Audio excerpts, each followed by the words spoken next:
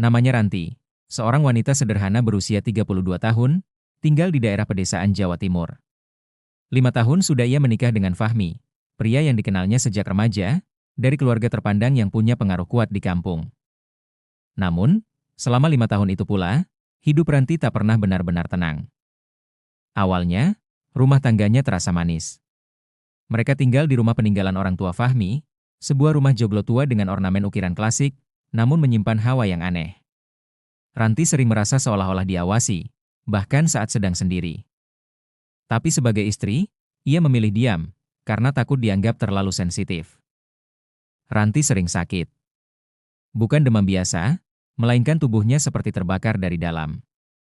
Nafasnya sesak, perutnya perih seperti digerogoti benda tajam.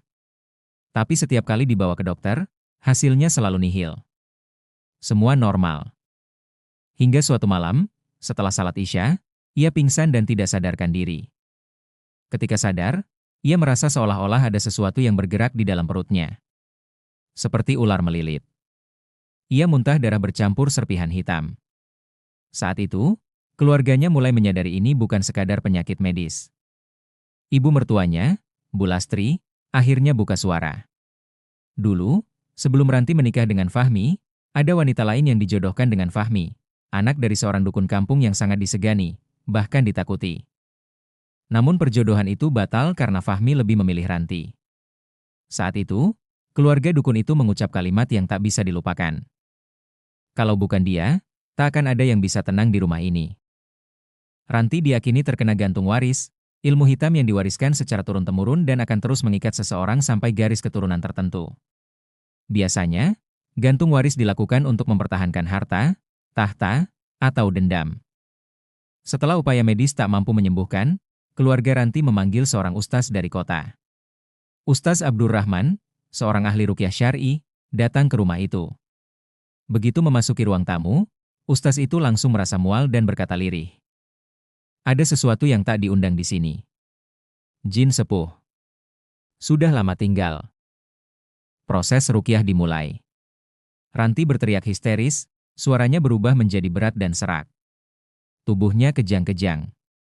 Dan saat ruqyah berlanjut, ia muntah darah kental, rambut panjang, dan bahkan pecahan kaca. Dalam satu sesi lainnya, ia memuntahkan 2 paku berkarat. Tak ada yang bisa menjelaskan secara medis bagaimana benda-benda itu bisa masuk ke dalam tubuhnya. Tapi Ustaz Abdurrahman yakin, itu adalah ilmu santet kelas tinggi, digabung dengan pengikat warisan gaib. Di tengah sakitnya, Ranti bermimpi. Ia berada di ruang gelap, di mana seorang perempuan tua berpakaian hitam dengan mata merah menyala berbisik. Kau mengambil apa yang bukan milikmu. Waris ini bukan untukmu. Kembalikan, atau mati perlahan. Sejak mimpi itu, kondisi Ranti memburuk. Berat badannya turun drastis. Ia sulit berjalan. Tapi dari situlah, keluarga mulai yakin, warisan ini bukan sekadar tanah dan rumah, melainkan warisan ilmu kelam yang diwariskan melalui dendam dan janji gaib. Ustaz Abdurrahman menyarankan satu hal. Tobatlah, perbanyak zikir, dan buang semua benda yang tak wajar di rumah ini. Mulailah dengan membakar dupa, keris kecil, dan lukisan tua di ruang tengah. Jangan pernah percaya pada warisan jika datangnya dari sesuatu yang tak halal. Ranti mulai rajin membaca Al-Quran. Surat Al-Baqarah, Al-Falah, dan An-Naas tak pernah lepas dari bibirnya. Tapi apakah cukup untuk melawan sesuatu yang telah ditanam sejak generasi terdahulu? Rumah itu semakin dingin sejak kejadian ruqyah pertama. Bukan hanya dingin karena cuaca, tapi hawa yang menusuk hingga ke tulang. Jam 2 malam, suara ketukan dari loteng terdengar hampir setiap malam. Kadang diiringi dengan bau anyir seperti darah basi dan bunga kenanga yang terlalu tajam.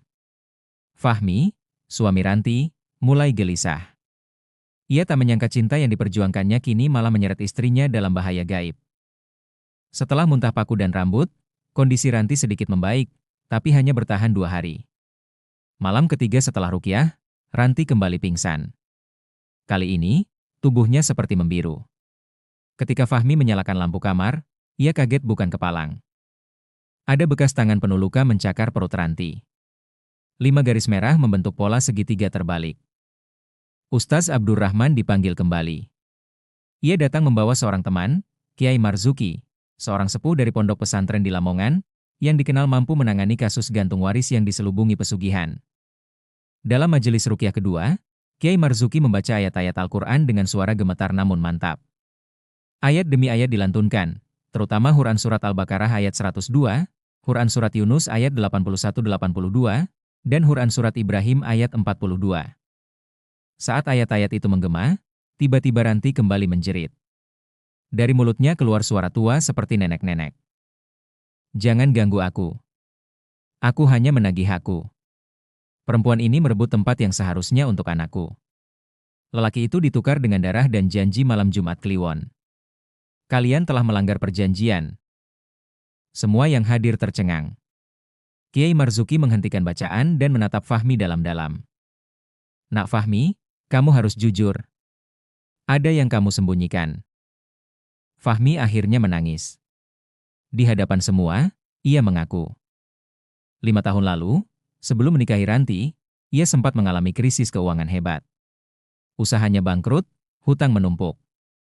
Saat itu, ia putus asa dan mengunjungi Mak Lurah, ibu dari mantan tunangannya, seorang dukun yang terkenal sakti namun sangat gelap ilmunya. Di sanalah ia diminta menanam darah ayam hitam dan rambutnya sendiri di pekarangan rumah orang tuanya sambil mengucapkan janji. Jika hidupku berubah, hartaku bertambah, maka warisanku akan kembali pada keluarga Mak Lurah. Jika tidak, biarlah darah yang menjawab. Fahmi tak menganggap serius sumpah itu, mengira itu sekadar ritual sugesti. Tapi ia tak tahu, perjanjian gaib tidak mengenal lupa. Kiai Marzuki berkata tegas. Itu bukan sekadar janji. Kau telah menyerahkan hak waris secara gaib. Ilmu hitam yang kau sentuh tidak mengenal kasih. Ia hanya mengenal imbalan. Gantung waris ini bukan hanya soal warisan benda, tapi perjanjian yang mengorbankan siapa saja yang menempati rumah itu tanpa restu gaib. Dan karena Rantilah yang mengganti sosok seharusnya, maka tubuhnya dijadikan media penyiksaan. Semua mulai runtuh. Ranti tak hanya sakit, tapi setiap malam tubuhnya membusuk secara aneh. Belatung muncul di ujung jari tangannya saat tidur, lalu hilang saat subuh menjelang. Malam itu, Fahmi, Ranti, dan seluruh keluarga melakukan pertobatan besar-besaran. Mereka menggelar zikir berjamaah, menyembelih kambing untuk sedekah di masjid, dan menghapus semua benda mistik di rumah. Cermin antik, kendi tua, wayang kulit peninggalan kakek, dan pisau pusaka. Kiai Marzuki hanya berpesan. Jika kalian ingin hidup, maka tinggalkan semua yang tidak diridhai Allah. Jangan simpan warisan haram. Jangan bangga dengan kekayaan yang mengundang jin kafir. Namun saat mereka membakar keris di dapur tua, terdengar suara lengkingan dari atas genteng. Ustaz Abdurrahman mendongak, seekor burung hantu hitam bertengger, matanya merah menyala, tak berkedip menatap ke arah rumah. Meski telah bertobat dan membuang benda-benda mistik, Ranti belum sepenuhnya pulih. Jin yang tinggal di tubuhnya masih enggan pergi. Gantung waris ini bukan hanya sihir, ini warisan darah dan janji, dan satu-satunya cara melepasnya adalah menghadapi sosok asli pengirimnya. Udara desa mendadak berubah. Hawa panas menusuk tulang meski langit mendung. Pagi itu, Ranti duduk lemas di beranda rumah, mengenakan mukena lusuh dengan wajah pucat pasi. Bekas cakaran di perutnya semakin merah. Di balik kainnya, tubuhnya penuh memar dan lebam ungu, seperti dipukuli dari dalam. Namun ia tetap melantunkan zikir al-Ema surat, meski dengan suara lirih dan terbata-bata. Fahmi berdiri di sisi istrinya, wajahnya tegang. Sejak mengakui dosa masa lalunya, ia tak pernah lepas dari istighfar. Tapi ketenangan yang mereka harapkan tak kunjung datang. Justru firasat buruk semakin jelas terasa. Hari itu, Kiai Marzuki memutuskan langkah besar harus diambil. Ini tak bisa dibiarkan menggantung. Jin pengikat warisan itu tak akan lepas sebelum rantai perjanjiannya dihancurkan dari asalnya. Kita harus ke tempatnya. Harus bertemu dengan Mak Lurah. Perjalanan menuju rumah Mak Lurah terasa panjang meski hanya berjarak 2 desa. Setiap meter menuju ke sana seperti menguras tenaga. Angin berhenti berhembus. Kabut turun meski belum waktunya. Beberapa warga yang tahu mereka hendak ke sana hanya bisa menatap dengan mata khawatir. Berhati-hatilah. Rumah itu sudah lama bukan rumah manusia, bisik seorang ibu tua di pinggir jalan. Rumah Mak Lurah terletak di tengah kebun bambu. Pepohonan di sekitarnya seperti mati, daunnya layu dan tanahnya kering, padahal baru saja hujan kemarin malam. Pagar kayunya dililit tali ijuk dan bunga kenanga busuk ditabur di depan pintu. Saat mereka tiba, pintu rumah terbuka sendiri, dan angin dingin keluar seperti menyambut mereka. Di dalam rumah, cahaya temaram dari lampu minyak menari-nari di dinding.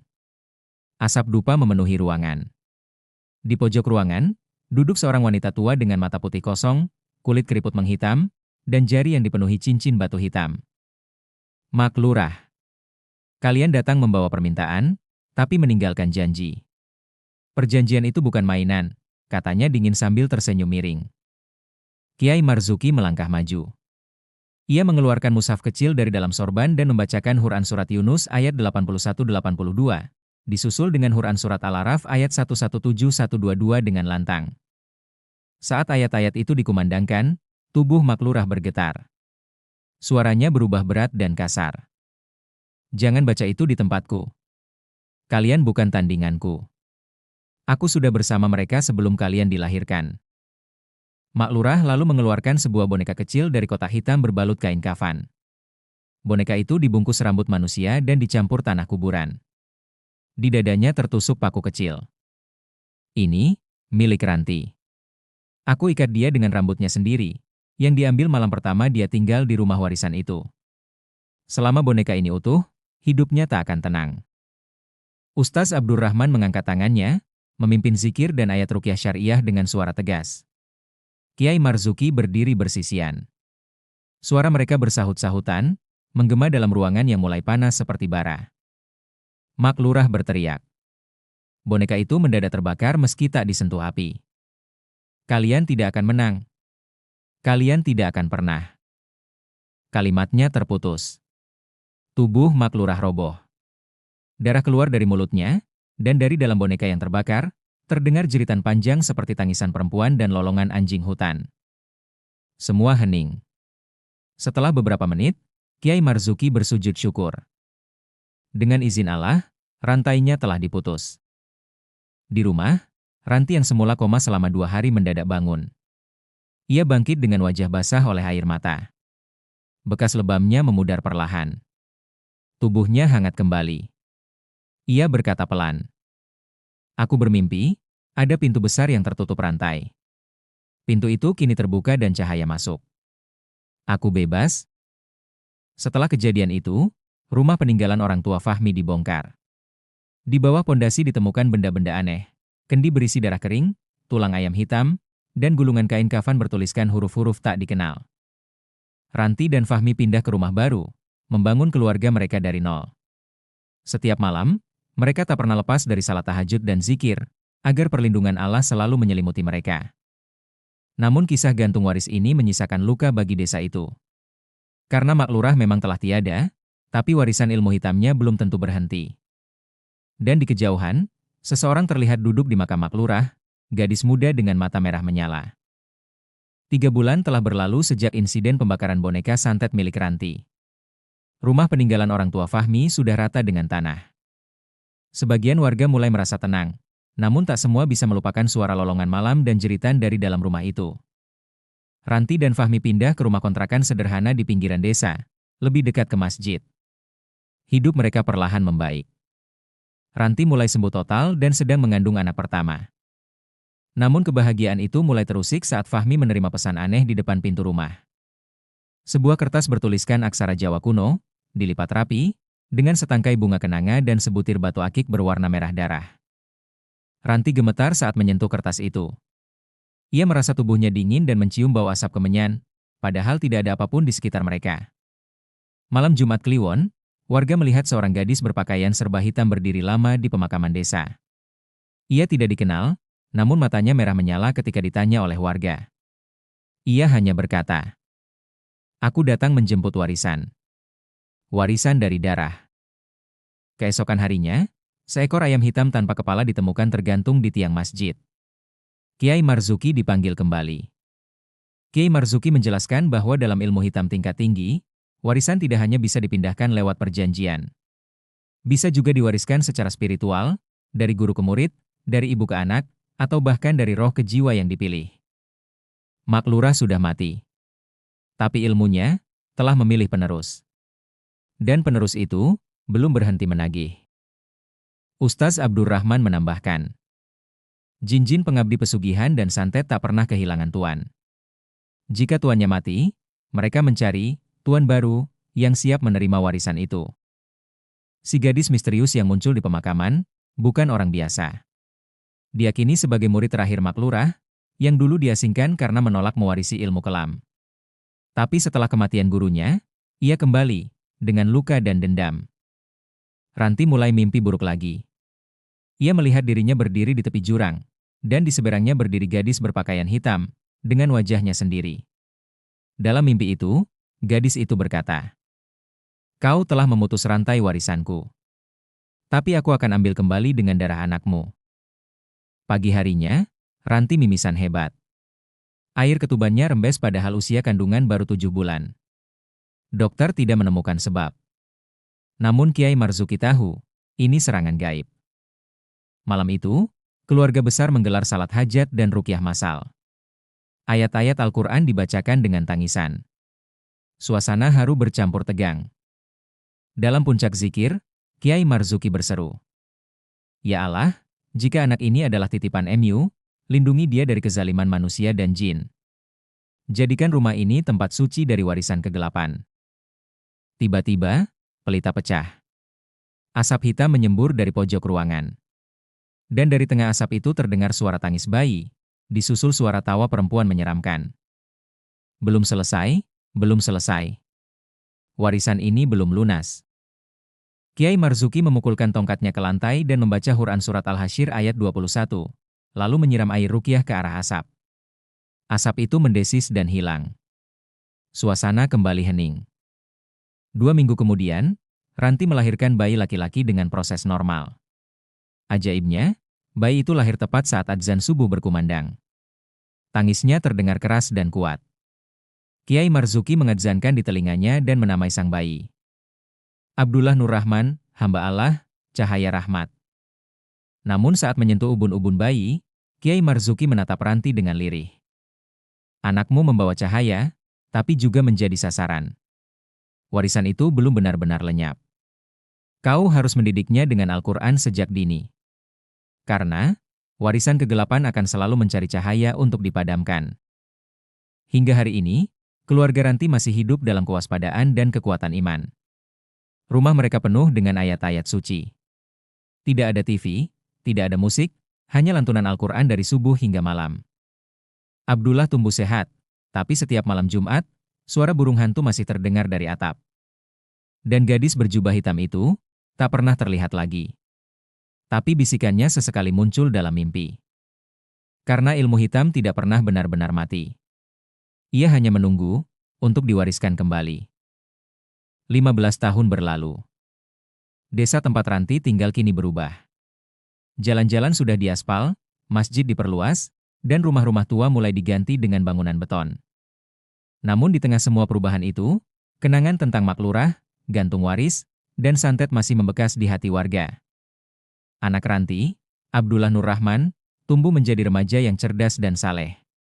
Sejak kecil, ia sudah hafal 10 juz Al-Quran.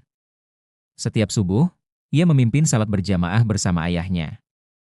Suaranya merdu, menggetarkan hati para jamaah tua. Namun di balik wajah teduhnya, tersimpan sebuah rahasia yang hanya Ranti dan Kiai Marzuki tahu. Sejak usia 7 tahun, Abdullah sering mimpi didatangi seorang wanita berjubah hitam. Wajahnya samar, tapi suaranya selalu sama. Kau anak dari darah yang mencuri. Warisan ini bukan milik ibumu. Tapi kau bisa menggantikannya. Kau punya cahaya. Tapi cahaya itu milik kami dulu. Setiap kali mimpi itu datang, Abdullah demam tinggi. Ia menggigil, dan tubuhnya meninggalkan bekas lebam misterius seperti dipukul dari dalam.